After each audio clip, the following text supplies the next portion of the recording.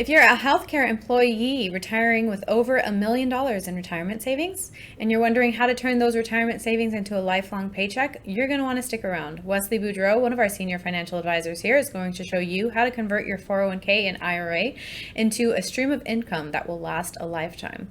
But first, hello, my name is Samantha, and I'm going to be your moderator today. Stick around after Wesley's presentation, and he will also answer some questions. And lastly, before we get started, I just want to remind you that we are not affiliated nor endorsed whatsoever by any specific healthcare company. We are a completely independent group of financial advisors here, so keep that in mind as you're listening along. Now let's get this presentation started with Wesley Boudreaux. All right, thank you. Appreciate that introduction, Samantha. Like you said, we're going to be talking about what it's like as you transition from accumulation to distribution phases in retirement. How are you going to actually tap into that money? This is going to be kind of a high level, but obviously we will continue to discuss the fact that this is really a one-on-one conversation. So if you have questions, want to dig into how you can structure your specific portfolio, run a cash flow analysis, see if you're on path to meet your retirement goals, that's definitely what we need to take care of. But this should give you a high-level overview. Now, most of the companies we do work with, or most of the employees and retirees we work with, have worked at Fortune 500 companies, in which case they're going to probably have a 401k. And in some cases, they're lucky enough to still have a pension plan. There are some companies we work with that still have pension plans. And you got that option to take a lump sum or an annuity. We'll talk about the differences of annuities, touch a little bit on lump sums. But generally speaking, if you have kept your head down, saved for retirement, the biggest vehicle most of us have is going to be that 401k, where we're generally putting in pre-tax money. Meaning, let's say if you make $100,000 a year and you do a 10% contribution, you're putting in 10% or $10,000 each year. You get a tax deduction on that. So it looks like you only made $90,000 for that year. But eventually, down the road, when you decide to start taking withdrawals from that 401k or from an IRA, if you roll it over, you're going to be paying taxes on that.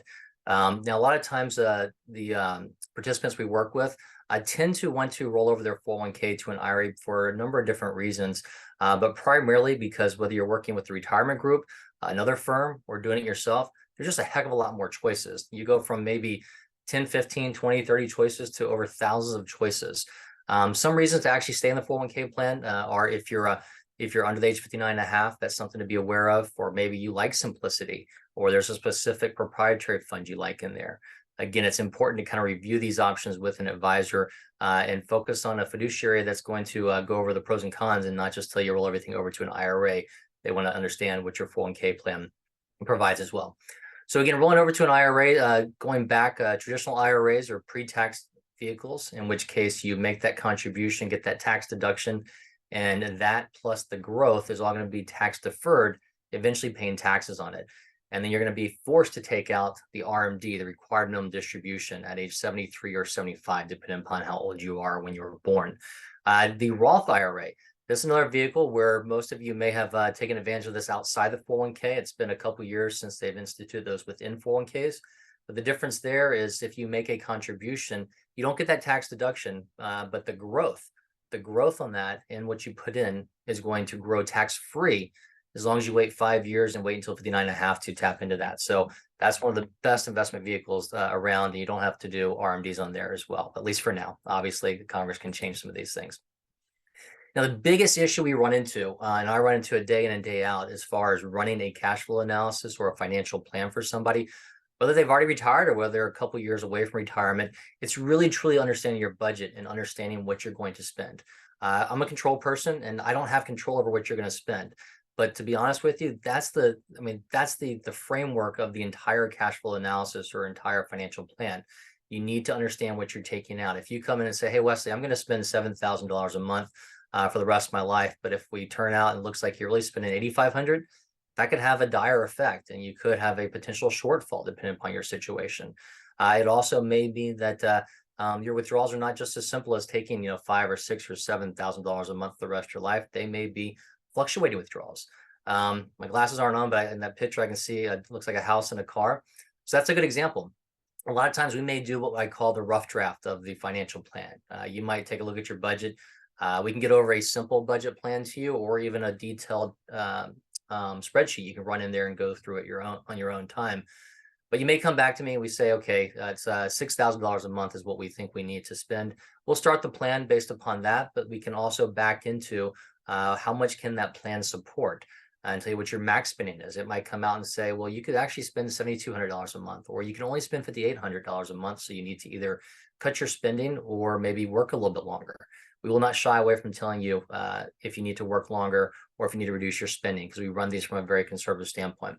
But going back to that picture of the car and the house, it may be in that second iteration or maybe even the first iteration. We talk about, well, okay, I'm spending $7,000 a month, but actually $1,500 of that is my mortgage, and it's going to be paid off in 10 years. So that 1,500 portion actually would not grow with inflation. Plus, it's going to drop off in 10 years. So that's another thing to be aware of. We want to be as concrete as possible with some of these distributions and budgets. You may want to buy a new car every 7 or 8 years. Maybe that's on top of what your regular spending is. Maybe you've got a wedding to plan for in the next 2 or 3 years. Maybe you want to spend an extra $10,000 on travel the first 10 or 15 years and then drop it down. We can go through all those different items, but the biggest homework for you guys is going to be figuring out that budget and trying to be as conservative as possible. Now, when it comes time to distributing those assets, again, you spent your entire career saving assets and now you have to distribute those. There's a couple of different ways to focus on that. Number one, it's how do you actually invest those assets and how do you create a potential income stream?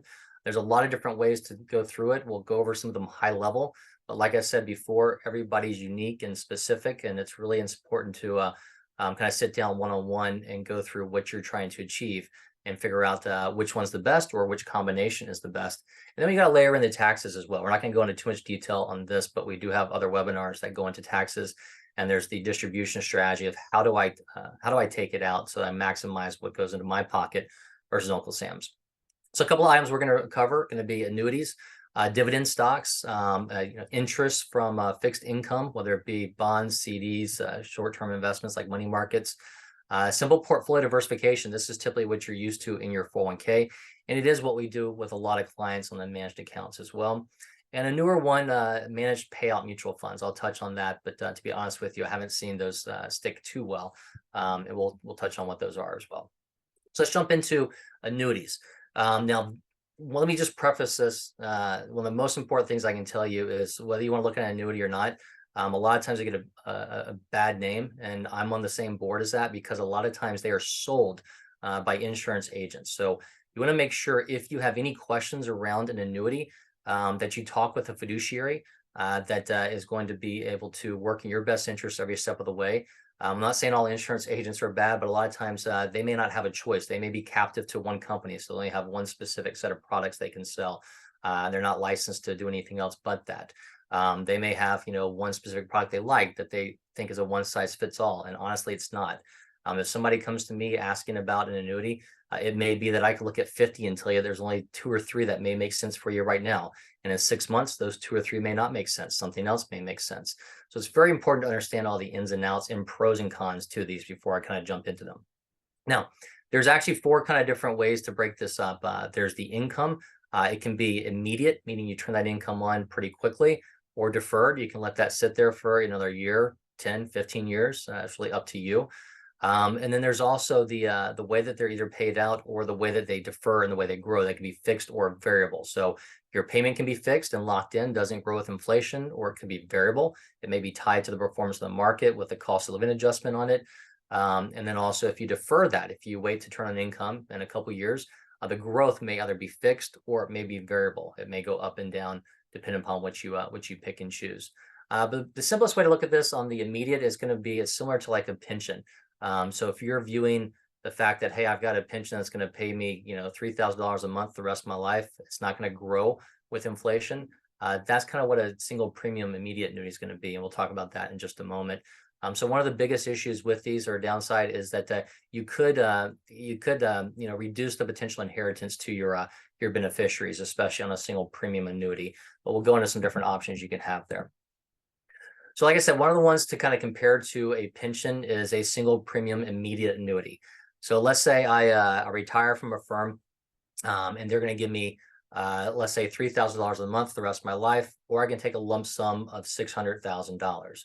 So you may ask, Wesley, what's the best option for me? Really, it's good to actually go in there, run that cash flow analysis, look at those 2 options side by side.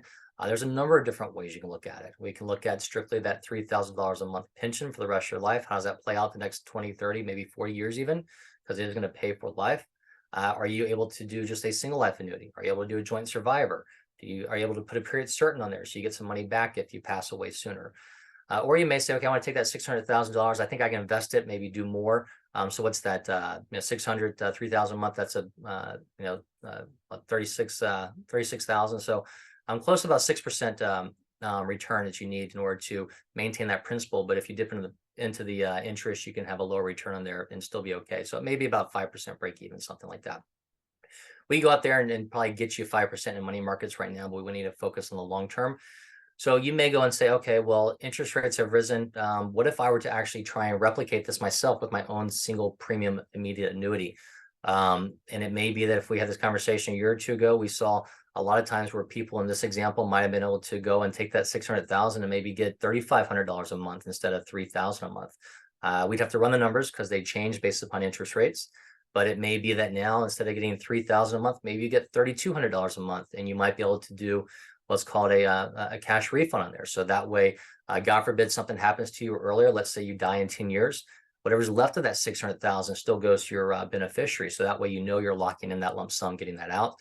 Or maybe that you say, hey, it only takes me, $550,000 in order to get that 3,000 a month. So now I've got extra 50,000 I can keep on hand for emergency expenses or for a cost of living adjustment. Or you might say, hey, Wesley, I don't need $3,000. I only need $2,000. So you're back into how much do I need to annuitize for $2,000. So there are different options to look at. But again, that's an immediate annuity. Think about it the easiest way. It's opposite of a mortgage. You're the bank in this case. In that example, you're giving them $600,000 for them to turn around and give you, $3,000 a month for the rest of your life. And then, like I said, you can also defer that. So you can set it up to maybe you retire and you want to take another job for 2 years. You defer that out for 2 years before it starts coming in. But those are the safest.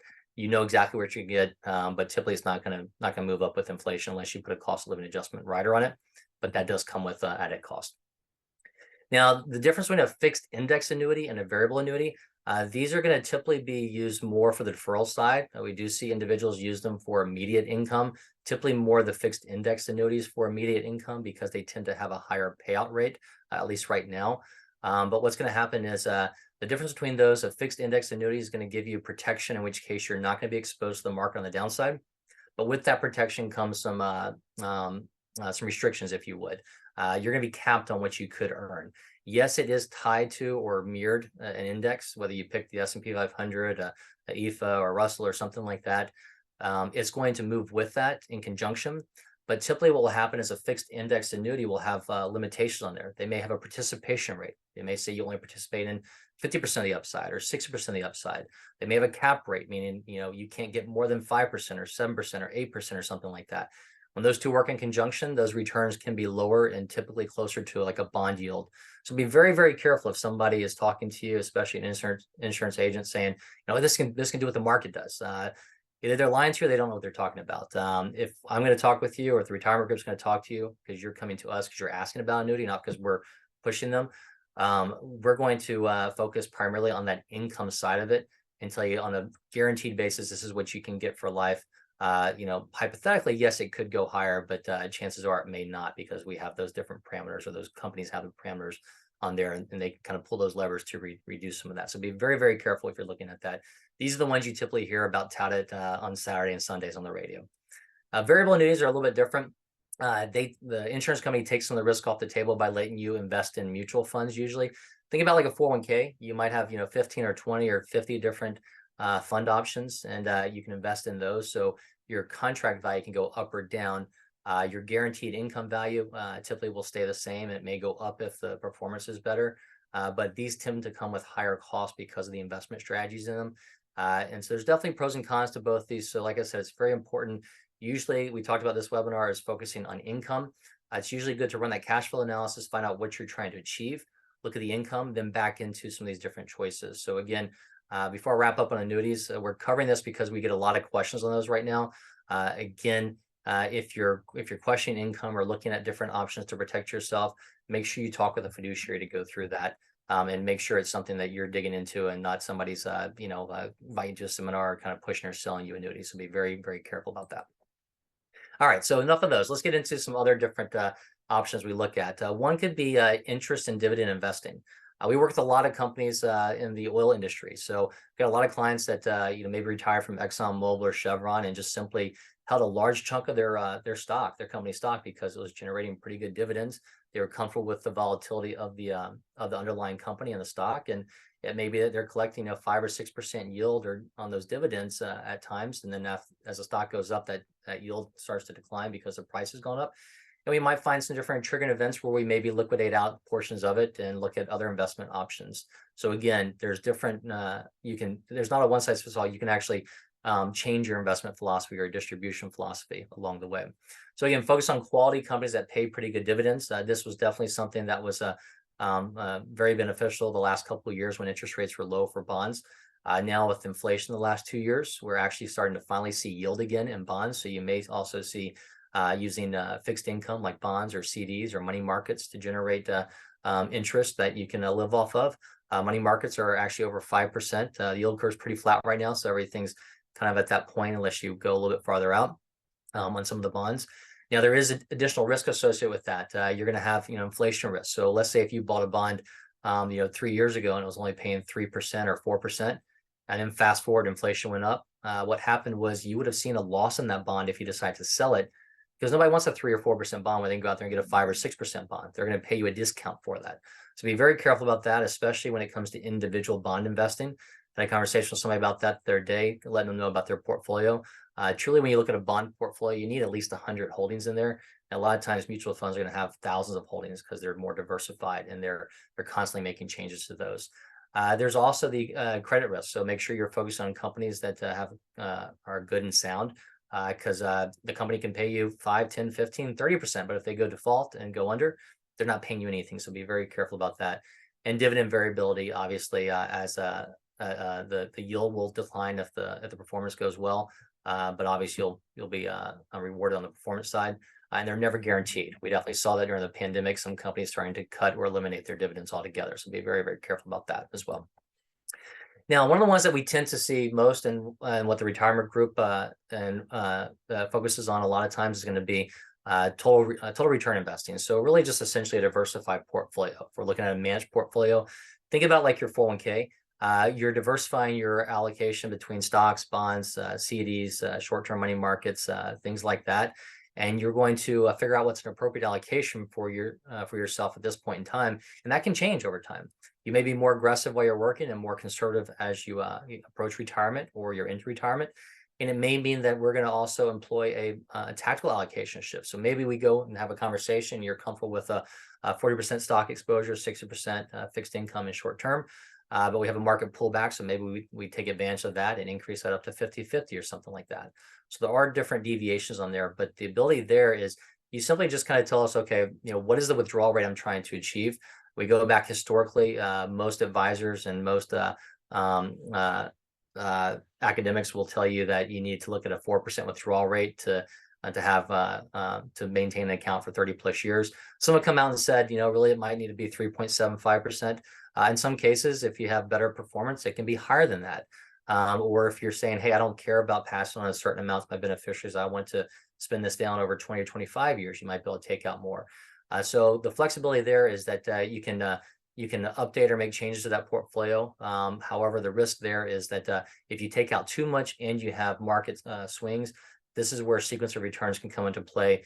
So let's say if you were to retire in 2008, took out large withdrawals and the market dropped by 30%, then you could have immediately kind of knocked down your nest egg and run the risk of potentially running out of money sooner rather than later if you did not adjust your withdrawal strategy. So again, very important to understand that, but typically we clear through Charles Schwab. So you might say, okay, Wesley, I want to take out $3,000 net a month out of my account. We link it up to your bank, set up so it comes monthly or maybe twice a week or something like that. And then if you need something extra, you can tap in there and we just have that discussion around the withdrawal rate and what's the appropriate allocation for that. Another one that I'll be honest with you, I've never used. I've seen them. I haven't seen too many people use them, but they're managed payout funds. It's kind of, I guess, would be an answer to those the age-based funds you see in 401ks, where you don't do anything, you just put on cruise control. You tell them, hey, I'm going to retire in 2030, so they're going to allocate it more aggressive now. Start getting more and more conservative as you get closer to 2030. But the flip side is, okay, I don't want to do anything. I just want something simple. So I might pick, one of the managed payout funds that might have a goal of, paying out 4 or 5% return. And then it's the mutual fund company's responsibility to go in there and manage that portfolio to a diversified portfolio, like we just talked about, structured between stocks and bonds and CDs. And they're going to give you that fixed yield. However, again, that doesn't mean that the principal's guaranteed is going to fluctuate based upon the investments in there as well. And there's also tax issues associated with those as far as the way they trade them. So a lot of times these are only beneficial in IRA accounts, but I'll be honest with you, like I said, I've never used them, nor would I, but it's definitely something to be aware of that's out there now as well. So let's kind of go through an example. Again, like I said, there's no one size fits all solution to this. The goal is to really sit down with you, go through that cash flow analysis, find out what you're trying to achieve, and then back into what are some options, and maybe give you a couple of choices. And you might say, okay, well, I like this one, or I like a combination of these, and we'll be happy to walk you through that. But we're not a one size fits all solution. We're not going to kind of strong arm you into one specific solution. So in this example, let's say we got a 65-year-old couple, same age, make it easy. They need about $5,000 a month, so fairly modest living. Need about $5,000 a month. They want to spend about $6,000, which is close to what they're spending right now. So I didn't mention this on the budget, but one of the things to be aware of is really kind of break down your budget too to essential and discretionary spending. Think about what do you really need to live on. And a lot of times you want to make sure that that portion is met with guaranteed income, whether it's Social Security, annuity, a pension, combination of those. And then your discretionary can have a little bit more flexibility to it. So that's exactly what this couple is looking at. They want $6,000. Their Social Security between the two of them about $3,000, so pretty good there. They've already covered about half of what their wants are, so their gap's about $2,000 to $3,000, depending upon just the core spending versus the discretionary spending. They've done well over time through their 401ks, which they rolled over to their IRA a year or two ago. They've saved about $1 million. So in this case, it's not that hard of one to look at. They've done pretty well respective to what they're spending. They need to generate another $2,000 to $3,000 a month plus taxes in order to get to that $5,000 to $6,000 goal. The good news for them, since they're modest and they're only spending $5,000, if they were doing that on the federal tax bracket side, they probably wouldn't have any taxes, or maybe just a tiny bit when you factor in that the Social Security is not going to be taxed much at that level. Also, that they're going to get the standard deductions. If they're spending at $6,000, it might cost them, $1,000, $2,000 in taxes. So not a huge issue here, but if you're spending more, then taxes become more of an issue here. But very simple napkin math. We look at it that $3,000, so $36,000 a year at $1 million, that's 3.6%. So it falls within that rate of the withdrawal rate we talked about, keeping it under 4%. This is a couple that actually, with that low of withdrawal rate, probably has the flexibility or freedom to be as conservative as they want or as aggressive as they want. So it really comes down to what are they trying to achieve. Usually there's something in between there. So let's look at a hypothetical example with them. So let's assume that they said, hey, look, we want to make sure that $5,000 a month is guaranteed. That's our biggest concern. We are pretty conservative. We don't want to take on too much risk. So maybe they're able to break down the portfolio and go and look at, okay, if we want guaranteed income, we don't need any bells and whistles. We don't want for future growth. We just want something like a pension because we didn't have that at our company. We go out there and we say, okay, well, based upon rates right now, it's going to take about $360,000 for you to have a guaranteed joint and survivor annuity with for $2,000 a month for the rest of your life. So they decide to do that. So that's what 36% of their account. They're taking that, they're guaranteeing. So now they've got that $3,000 Social Security plus a $2,000 pension. They got $5,000 a month set for life. Now, again, it does not move with inflation. The Social Security will have a cost limit adjustment, but the single premium annuity will not.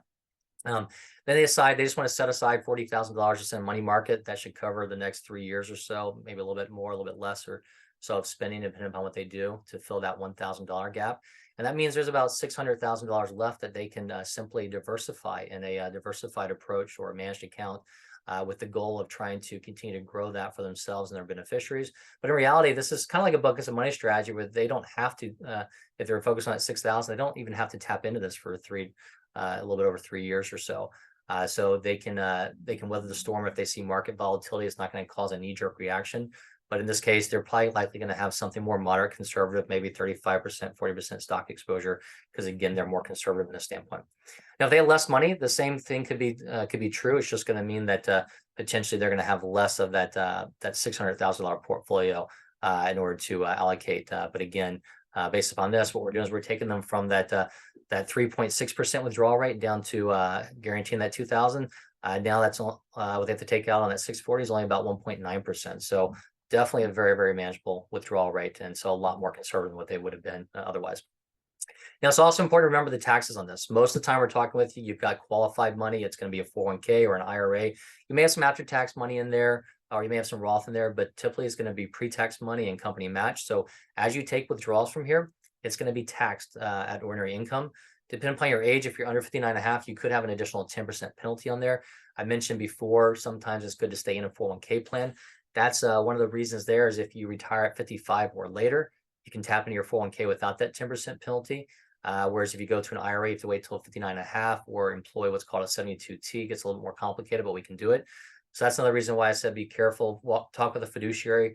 If you're between 55 and 59 and a half, and somebody's telling you to roll everything over to a 401k, from a 401k to an IRA, they may not have your best interest in their mind. They may be focused on trying to get those assets over and manage them instead. You may have after-tax contributions in there. Again, you may have put in money, didn't get tax deductions on it. So that portion that you put in will be tax-free. The growth on it, however, will be tax deferred and you'll pay taxes on it. You can tap into that cost basis if you want. But one of the best things if you don't need that is you can also roll that over to a Roth IRA. So now it starts growing tax deferred and tax free. Now, even if you're still working for a couple more years, we can take a look at your 401k. If you built up after tax, you may have the option to roll some of that over to a Roth IRA now and get that started sooner rather than later. And if you've had Roth contribution in the 401k, those are all going to be tax free, both the contribution and the growth on there, as long as you wait until 59 and a half, taking that from the 401k or the IRA. And the other thing to kind of think about is as you kind of move along, eventually the IRS is going to come knock on the door and tell you, hey, we have to take some of this money out so we can tax you on it. Used to be 70 and a half was the age. The Secure Act came out in 2020. They moved it to 72. Then the Secure 2.0 moved it to 73 and 75. So it depends upon how old you are. You're either going to be already taking RMDs or your first RMD is going to be at 73. Or if you're born in 1960 or later, it's going to be at age 75 unless they make changes again down the road. So that's good news. They pushed out the deferral, so allow you to defer it longer, allows us to sit down with you, go through more tax planning strategies a little bit longer, especially Roth conversion strategies to minimize those RMDs in the future. We get into this more in our tax webinar. And then again, that RMD, you can withdraw more if you want. It's just you have to withdraw at least that. So if the IRS comes out and it runs a calculation, they take it 73, divided by 26.5 because they use a divisor. Roughly, it's about 4%, give or take, the first couple of years and goes up from there. But let's say if you got $1 million and they tell you have to take out 40 grand, you have to take that out. If you don't, they can come back and penalize you on what you didn't take out. It used to be pretty high. It used to be 50% of what you didn't take out. That's now been changed to 25%. But if you get it corrected within 2 years, it's down to 10%. And if you can show a very reasonable, situation as to why you missed it, then it could be 0%. So again, be very careful about that. You can take out more, but you cannot take out less. And like I said, I've kind of, talked about this throughout the course of the webinar. All of this is kind of high level. It's really important to kind of look at this one-on-one from a personal standpoint. If you can spend about 10, 15 minutes with us, gathering some data, we can put together a pretty detailed cash flow analysis for you. Like I said before, we might have 2 iterations. Might have the rough draft that you might want to go and dig deeper once you see how it works and make some tweaks and changes to the budget, or look at different variables, maybe retiring sooner, retiring later, get a second job, doing different things. We can go through all those different options with you. But give us about 15 minutes, give us about a week to put that together, and we can sit down and go through a pretty detailed cash flow analysis with you to show if you're on the right track. And then at that point, then you can back into what are some good distribution strategies and investment strategies to look at. So with that, I'm going to wrap it up. Kind of remind everybody who the retirement group is. If you haven't been on one of our webinars or talked with us, we are an independent financial advisory firm that does focus on working with corporate employees, especially from Fortune 500 companies. We've been doing this for over 30 plus years. And a lot of times we work with you on pre-retirement and then post-retirement. We do have offices throughout the country, so rest assured you can sit down with somebody face-to-face. Potentially, you can also have conversations with us via web meetings or phone calls, whatever your preferred option is. A lot of our advisors focused on just a select few companies. So if you've got company-specific questions, we can probably answer those as well. That allows us to dig deeper into your benefits, whether it be the 401k, healthcare, retiree medical benefits, the pension, life insurance continuation, things like that. And ultimately, the best thing you can do is take us up on that complementary cash flow analysis I talked about kind of throughout this. There's no way to really kind of tell where you stand unless we run something like that in order to, at a minimum, verify what you think, but at a maximum, open your eyes and show you exactly what you're looking at. and how to structure your portfolio going forward. So with that, hopefully didn't take up too much of your time, but if you have questions, want to schedule a meeting with us, you can use these QR codes to get into our appointment calendars, or also get into our LinkedIn to follow along with us more and get updates on these webinars. But you can reach at 800-900-5867 or info@theretirementgroup.com. And I don't know, Samantha, do we have any questions during all that? Yeah, actually, Wesley, we did get a couple questions. While Wesley's answering these questions, I want to remind you guys to pop open your chat window, and there's definitely some good resources in there that reference a lot of the things Wesley spoke about that you guys can take advantage of, including that complementary cash flow analysis that he mentioned. So, all right, Wesley, are you ready for a couple questions? Yeah, sure. Okay. Number one, can I still contribute to an IRA or 401k after retiring? Yes and no. It's going to depend. So after you retire, you're not able to make contributions to an IRA or 401k unless you've got earned income. So you may retire and go, work at a Home Depot, work at a hardware store, go do something. Maybe open up your own company. But as long as you have some earned income, then yes, you can make contributions. It used to be that after 70 and a half, after the RMD age, you couldn't, but now that's been changed. So you can be 95 years old, a greeter at Walmart or something like that. As long as you've got earned income, you can make contributions to an IRA or potentially a 401k if that company allows your 401k. All righty, thank you. Next one. Are annuities a safe option for retirement income? Well, it's going to depend. Typically, they're considered the safest option, and depends upon what type of annuity. I know I kind of went through some of these. That's why it's important to really sit down, talk with a fiduciary to understand the pros and cons with them. If you compare just a simple one, like a single premium immediate annuity, which is really a comparison to what you'd see with a pension plan.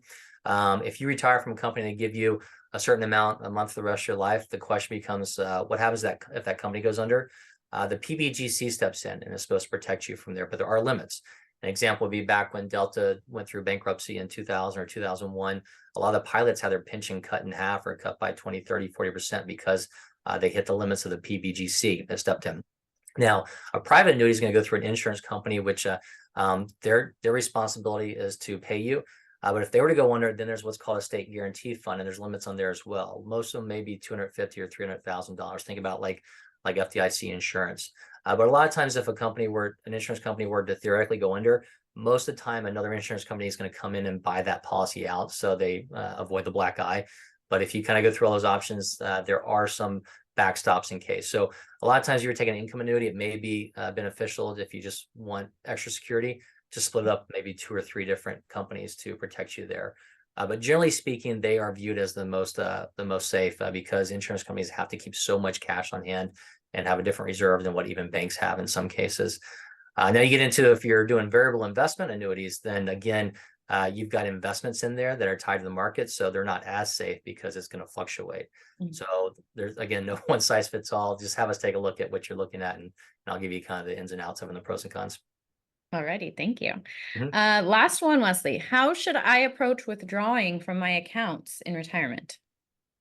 Well, we kind of covered some of these as far as breakdowns of maybe how to allocate the accounts. And again, it's really a one-on-one conversation to see what's the best for you.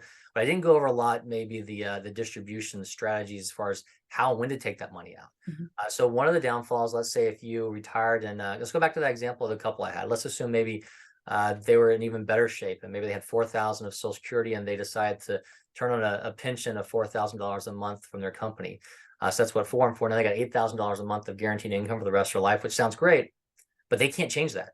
So if tax brackets shoot up to 50%, they're getting taxed on it. Whereas in some cases, it may be more beneficial not to have everything tied up in fixed income or fixed guarantees because you don't have control of taxes. You may want to have some flexibility where you can pick and choose different years as tax brackets change to increase your distribution or decrease it. I talked again about Roth conversions. That's one big aspect we focus on, because with all the government spending, they're going to have to either devalue the currency or they're going to have to raise taxes somewhere down the road. And once you get to that age 73 or 75 and you're forced to start taking money out, it is what it is. You can't control it. So if we can slowly convert some of that year by year to Roth IRA so it grows tax-free for yourself and your beneficiaries, that's going to reduce what you have to take out later, so you've got more control of that. So it gets into really kind of tax planning. There's, again, not a one size fits all. Let's take a look at the cash flow analysis, talk about what's the investment strategy, where you can distribute these, and then how to distribute those as well. Alrighty, Wesley, that was all we had time for today. Any last thoughts before we end? No, I think I went longer than I expected. So Okay. again, we work with a lot of different companies. That doesn't mean we're employed by your company, but if you have any questions, just reach out to us at 800-900-5867. Thank you. Thank you, everybody. Thanks for being here. We hope to see you on another webinar soon. Bye.